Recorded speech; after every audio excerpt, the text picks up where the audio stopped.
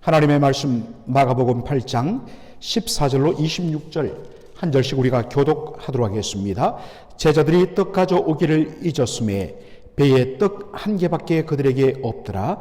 예수께서 경고하여 이르시되 삼가 바리새인들의 누룩과 헤롯의 누룩을 주의하라 하시니 제자들이 서로 수군거리기를 이는 우리에게 떡이 없음이로다 하거늘 예수께서 하시고 이르시되 너희가 어찌 떡이 없음으로 수군거리느냐 아직도 알지 못하며 깨닫지 못하느냐 너희 마음이 둔하냐 너희가 눈이 있어도 보지 못하며 귀가 있어도 듣지 못하느냐 또 기억하지 못하느냐 내가 떡 5개를 5,000명에게 떼어줄 때에 조각 몇 방울이를 거두었느냐 이르되 12이니이다 또 7개를 4,000명에게 떼어줄 때에 조각 몇 광주리를 거두었더냐 이르되 7이니이다 이르시되 아직도 깨닫지 못하느냐 하시니라.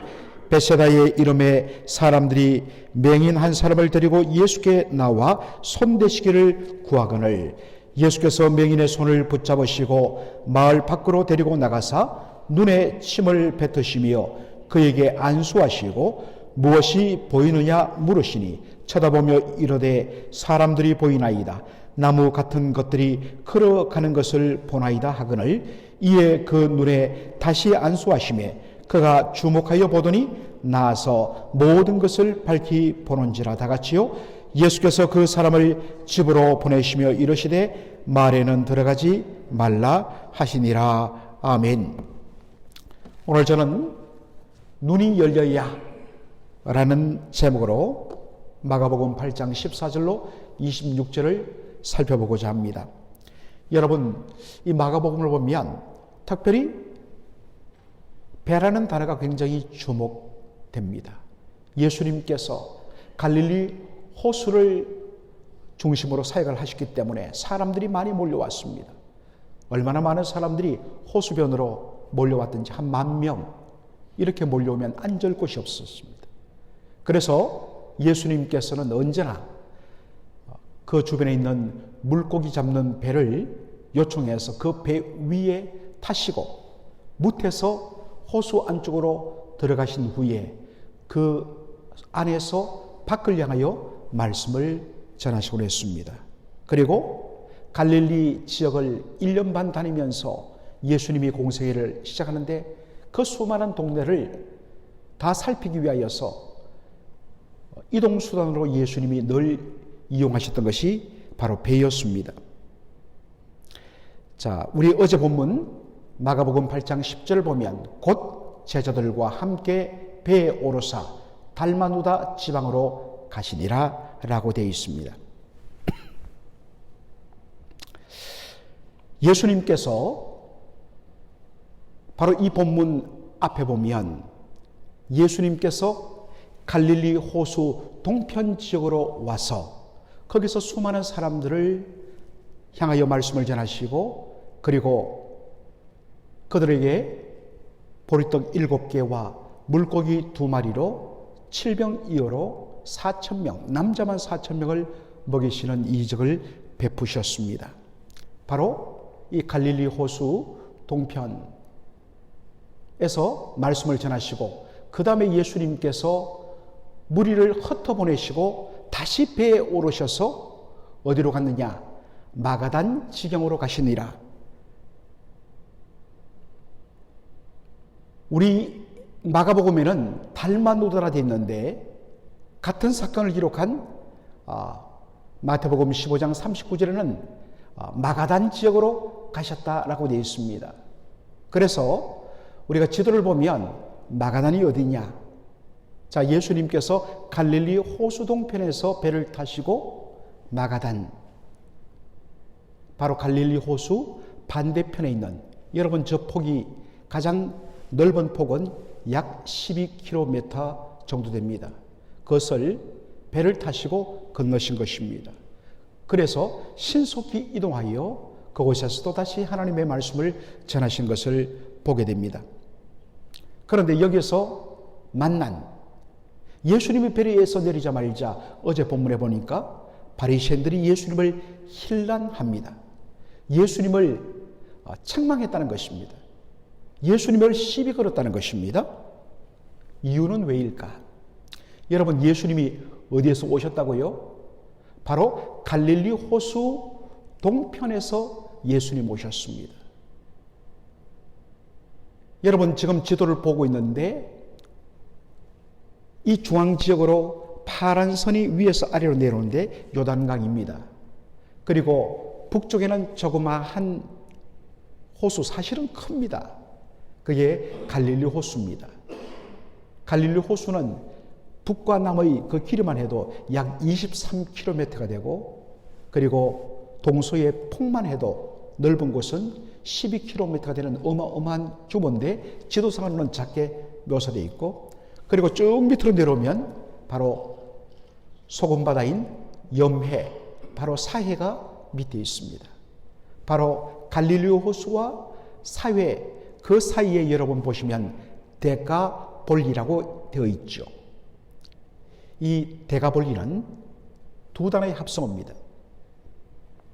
데카라는 10을 뜻하는 데카란 말과 폴리스, 시리, 도시를 가리키는 바로 폴리스란 말의 합성어입니다. 그걸 우리 한국말로 번역하면서 정확하게 번역하지 않고 데가볼리라 이렇게 그냥 대충 번역을 해버렸습니다. 이 데가볼리는 10개의 도시인데 바로 이 지역에 있던 10개의 도시, 이것은 특이하게도 이방인들이 살고 있던 도시들이었습니다.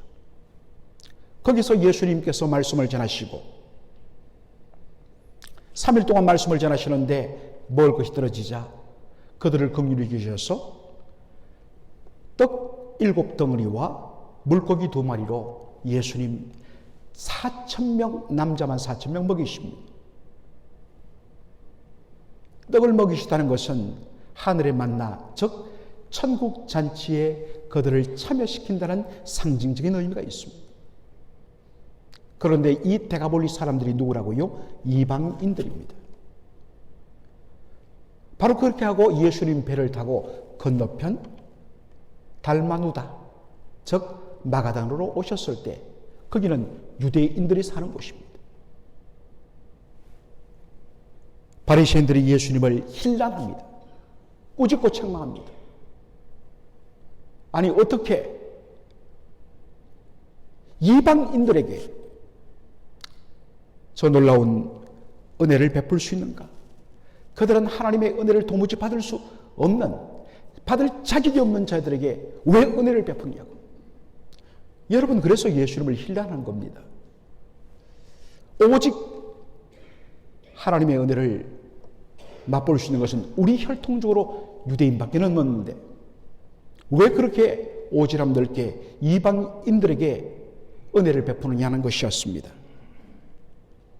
그래서 그들은 예수님을 시험하여 묻습니다. 하늘로부터 내려오는 표적을 보여달라고 이야기합니다.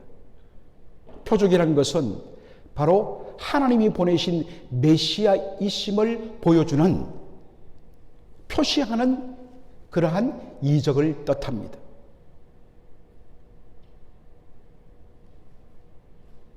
그걸 보여주면 우리가 예수님 당신을 믿겠다라는 것이 아니라 당신은 하나님 보내신 메시아가 아니란 말입니다. 왜냐? 자신들이 기대했던 메시아는 오직 혈통적으로 아브라함의 후손인 유대인을 위한 메시아 구원자이기 때문입니다. 그런데 어떻게 저 건너편에 있는 바로 지옥불의 불쏘시개로 사용되어야 할 이방인들에게 복음을 전하고 하나님 나라의 은혜를 보여줄 수 있는가? 그래서 당신은 하나님 보내신 메시아가 아니다 라는 의심에서 시험하기 위하여 하늘로부터 내려오는 표적을 보여달라. 여러분, 말씀이 그렇게 되는 것입니다. 그때 예수님 어떻게 하십니까? 탄식하십니다. 얼마나 기가 막힌지 완전히 영안이 꽉 닫혀서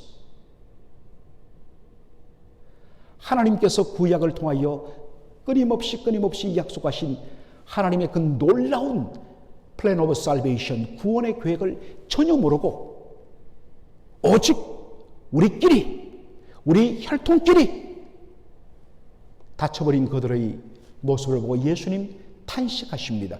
그리고 그들에게는 표적을 보여주지 아니하시고 떠나셨다 했습니다. 그래서 마가복음 8장 13절에 그들을 떠나 다시 배에 올라 건너편으로 가시리라. 나중에도 보겠지만 여기 건너편이 어딘가를 우리는 알게 됩니다. 그런데 바로 다른 쪽으로 가기 위하여 지금 배를 타고 갈릴리 호수를 지금 지나고 있는데 갑자기 제자들이 염려하기 시작했습니다. 먹을 음식을, 빵을 가져오는 것을 잊어버렸던 것입니다. 배 안에는 떡 한 개밖에는 없었습니다. 그래서 제자들이 염려하기를 이 떡 한 덩어리로 이 수많은 사람들 12명의 제자들을 어떻게 먹일 것인가 염려 근심하기 시작했습니다. 바로 그때 예수님이 주신 말씀이 무엇이냐? 타이밍이 기막히죠. 예수께서 경고하여 이르시되 삼가 바리새인들의 누룩과 헤롯의 누룩을 주의하라. 예수님 경고하셨습니다.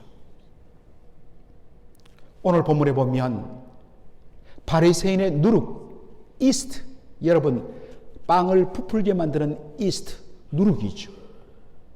바리새인의 누룩과 헤롯의 누룩을 주의하라고 했는데 이 누룩이 무엇을 뜻하는지 마가복음에는 설명이 나오지 않습니다. 그러나 같은 사건을 기록한 마태복음, 매튜에 보면 16장 12절에 보면 누룩의 의미가 설명되어 있습니다. 예수님이 쭉 말씀하신 후에 누룩에 대하여 구체적으로 말씀하십니다. 그제서야 제자들이 우리가 먹는 떡을 부풀게 만드는 데 쓰이는 그 누룩 이스트가 아니고 바리새인들과 사두개인의 프리셉트, 교훈을 삼가라고 말씀하신 줄을 비로소 깨달으니라 라고 마태는 설명을 달고 있습니다. 여러분, 왜 바리새인들의 교훈을, 가르침을 예수님은 바리새인의 누룩이라고 표현했을까요? 조금 전에도 말씀드렸지만 여러분, 누룩은 빵을 부풀게 하여서 빵을 맛있게 먹게 만드는 역할을 합니다. 그런데 그러기 위해서 누룩이 들어가면 누룩은 이 반죽, 밀가루 반죽을 원래 형태에서 부풀어 오르게 합니다. 어릴 때도 많이 봤지만 옛날에 우리가 어릴 때에 술떡을 많이 했습니다. 그 막걸리를 넣고 밀가루 반죽해서 그 막걸리에는 바로 이 누룩, 효소로 만든 것 아니겠습니까?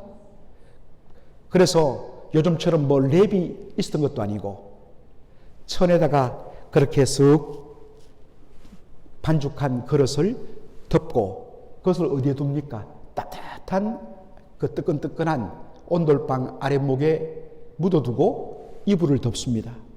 그러고 나서 한 2시간 정도 지나서 보면 얼마나 이게 부풀어 올랐는지 완전히 수북히 올라오는 것을 봐요. 그래서 그것을 가지고 쪄서 칼로 자르면 중간에 구멍이 숭숭숭숭 뚫려 있는 부푼 모습을 보게 되는 것이죠.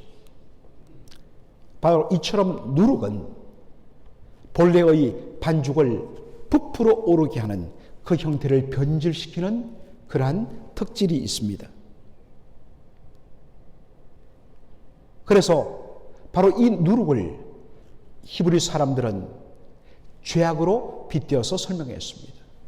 죄악은 누룩같이 우리의 심령을 변질시키고 바로 부패시키고 왜곡시킨다는 것입니다. 그리고 이것이 자신만을 더럽히는 것이 아니라, 변질시키는 것이 아니라 옆에 있는 사람들 믿음의 공동체까지도 그 죄의 악영향, 그 오염을 바로 퍼뜨리게 만드는 특징이 있다는 것입니다. 바로 이것 때문에 특별히 6월절 무교절 7일 동안은 모든 떡에 누룩을 넣지 아니하고 그리고 집안에 있는 모든 누룩들을 다 제거하여 멀리 치우는 구원받은 하나님의 백성이 6월절 어린 양의 피로 구원받은 하나님의 백성이 바로 죄로부터 멀리 떨어지는 거룩한 삶을 살아야 하는 존재임을 깨닫도록 하기 위하여 그렇게 무교절 7일 동안은 누룩을 멀리하는, 사실 그래서 무교절, 이 교자란 것이 누룩교자거든요. 누룩이 없는, 없을 무자.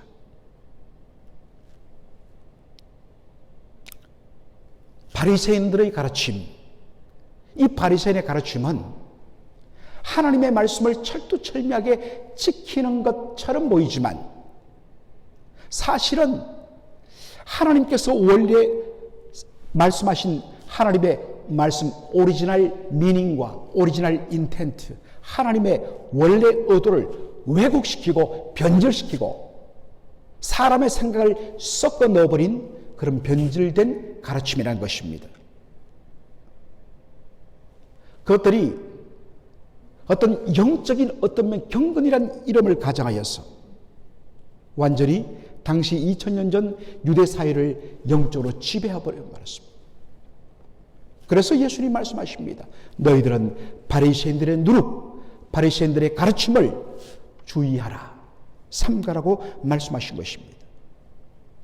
그런데 제자들은 예수님께서 누룩이란 단어를 쓰시자 곧바로 누룩은 바로 빵을, 떡을 만드는 데 쓰이는 재료지.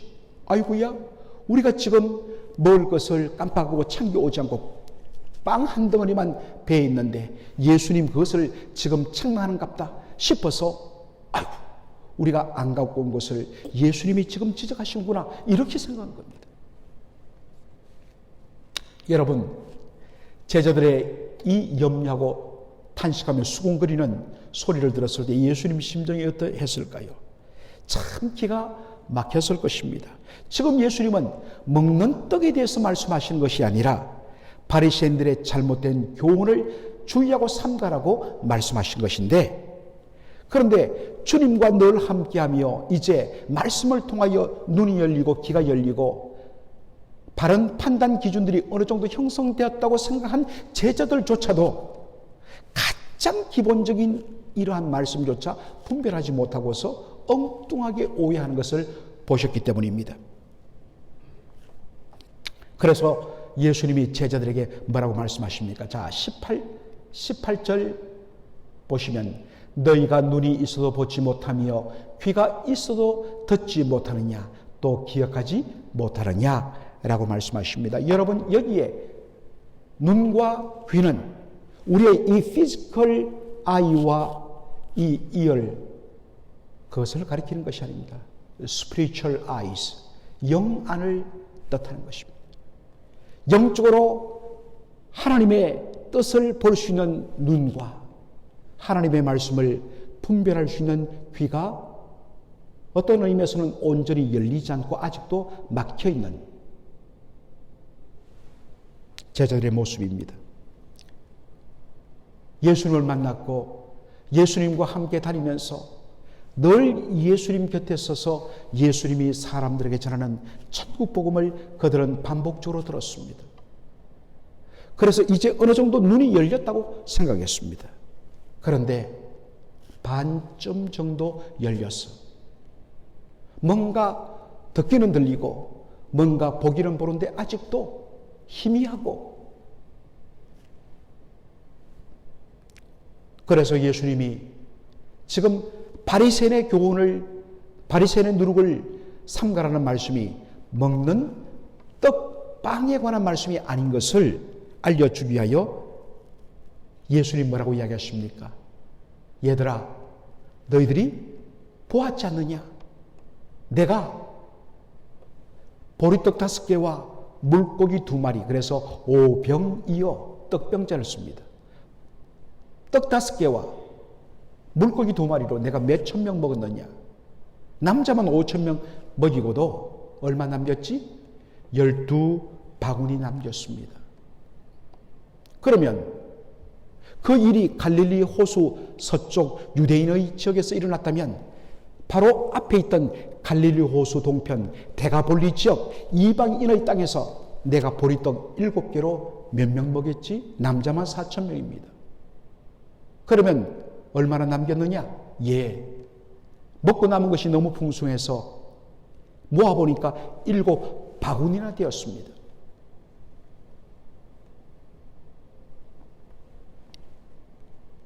그런데 지금 제자들이 탄 배에는 빵이 몇 개나 있었다고요?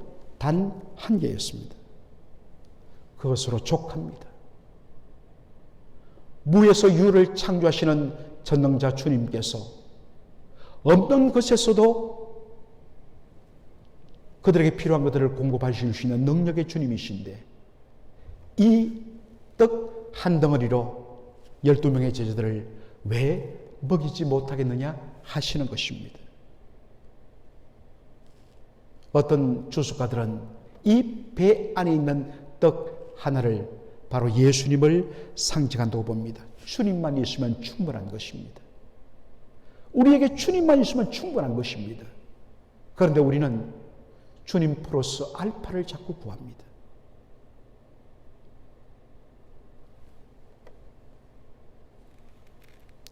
예수님이 지적하시는 제자들의 문제는 바로 아직도 spiritual eyes, 영안이 온전히 활짝 열리지 않았다는 데 있었던 것입니다.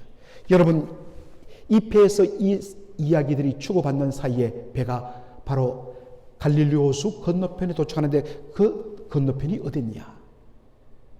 바로 벳세다에 도착했다 했습니다. 이 벳세다라는 것은 저 북쪽의 헤르몬산에서 눈 녹은 물들이 바로 계곡을 타고 흘러 내려서 바로 갈릴리 호수를 채우게 되는데 그 물줄기가 내려오는 호수 계곡 입구에 위치한 도시가 바로 벳사이다입니다. 벳사이다, 벳세다.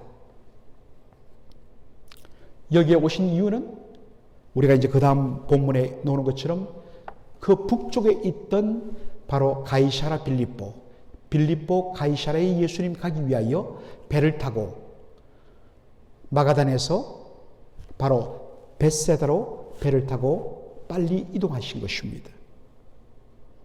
그런데 예수님께서 이 벳세다 포구에 배를 대자마자 사람들이 예수님 오셨다는 이야기를 듣고 몰려오는데 그때 바로 앞을 보지 못하는 맹인 한 사람을 데려옵니다. 자, 마가복음 8장 23절로 25절에는 예수님께서 이 사람에게 행하신 일을 이렇게 소개합니다. 예수께서 맹인의 손을 붙잡으시고 마을 밖으로 나가사 눈에 침을 뱉으시며 그에게 안수하시고 무엇이 보이느냐 물으시니 쳐다보며 이르시되 사람들이 보이나이다. 나무 같은 것들이 걸어다니는 것을 보나이다. 하거늘 이에 그 눈에 다시 안수하시매 그가 주목하여 보더니 나아서 모든 것을 밝히 보는지라.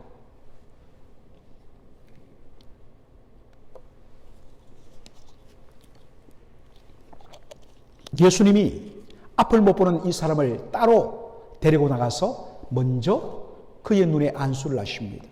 그랬더니 이 사람이 뭔가 앞에 사람 같은 것들이 지나가는데 자신의 눈에는 마치 나무가 걸어다니는 것처럼 보입니다. 이 중에 백내장 수술 혹은 녹내장 수술 저는 아직 경험을 못했습니다만 하신 분들이 계시는데 여러분 그것이 온전히 다 회복될 때까지는 빛을 보면 안 된다 해서 그렇게 특수 제작한 선글라스를 끼고 그리고 그것이 다 회복될 때까지는 초점이 잘 안 맞아서 흐리게 보인다고 그래요. 마찬가지인 것입니다. 뭔가 눈이 열려서 보이기는 보이는데 아주 명확하게 구별이 안 되더란 것입니다. 그래서 예수님이 한 번 더 그 사람의 눈에 손을 대고 안수하신 후에 물으시니까 와, 예수님 선명하게 보입니다. 그렇게 기뻐하는 모습을 나타냈습니다. 여러분, 예수님 보통 때 같으면 단번에 고치십니다. 아니, 손댈 필요 없습니다. 떨어진 곳에서 예수님께서 말씀만 하셔도 죽을 병에 걸린 사람들이 낫는 놀라운 역사들이 일어났습니다. 그런데 특이하게도 어떤 의미에서 맹인의 눈을 뜨게 하는 것은 예수님에게서는 너무나 쉬운 일입니다. 그런데 예수님이 한 번이 아니라 두 번에 걸쳐서 이 사람의 눈을 밝히 열어주시는 것을 보여줍니다. 왜 이랬을까? 예수님 너무 열심히 사역하다 보니까 지쳐갖고 이번에 좀 힘이 떨어지셨나? 그렇지 않습니다. 여기에는 예수님께서 제자들을 향한 예수님의 인텐트, 의도가 들어있습니다. 여러분, 지금 제자들의 상태가 어떻습니까? 그들은 예수님의 부름을 받고 예수님과 함께 다니면서 예수님을 통하여 놀라운 말씀들을 들으면서 정말 그들의 눈이, 안목이 열렸습니다. 그러나 여전히 그들의 시각은 아직도 왜곡되어 있었고, 어떤 의미에서 바리새인들이 가르쳤던 잘못된 교훈에 오염되어서 여전히 왜곡되고 너무나 좁아진 시각 상태에 있었던 것을 보게 됩니다. 예수님께서는 제자들의 영안이 온전히 열리고 밝아져야 할 필요를 느끼셨습니다. 그리고 배를 타고 오면서 제자들과 대화를 하면서 그것을 더더욱 확신했습니다. 제자들은 예수님을 통하여서 천국의 말씀을 듣고, 와, 정말 이런 말씀이구나. 이것이 하나님의 뜻이구나. 하나님 나라가 이런 나라구나. 기뻤습니다. 그러나 그 하나님의 말씀의 진리를 온전히 그들이 다 맛보지 못하고 아직도 어떤 의미에서는 보이기는 보이는데 사람의 모습이 아닌 마치 나무가 앞에서 왔다 갔다 움직이는 것 같은 그 정도 지금 상태에 있었습니다. 끊임없이 하나님의 말씀을 통하여 배우고 익히고 말씀의 훈련을 통하여서 그들의 영적인 안목이 계속적으로 열려지고 밝아져야 할 필요가 있었습니다. 주님과의 더 깊은 교제를 통하여 그들의 영안이 활짝 열리고 말씀을 듣는 귀, 말씀의 분별력이 온전해져야 할 필요가 있었습니다. 한 번으로 족하지 않습니다.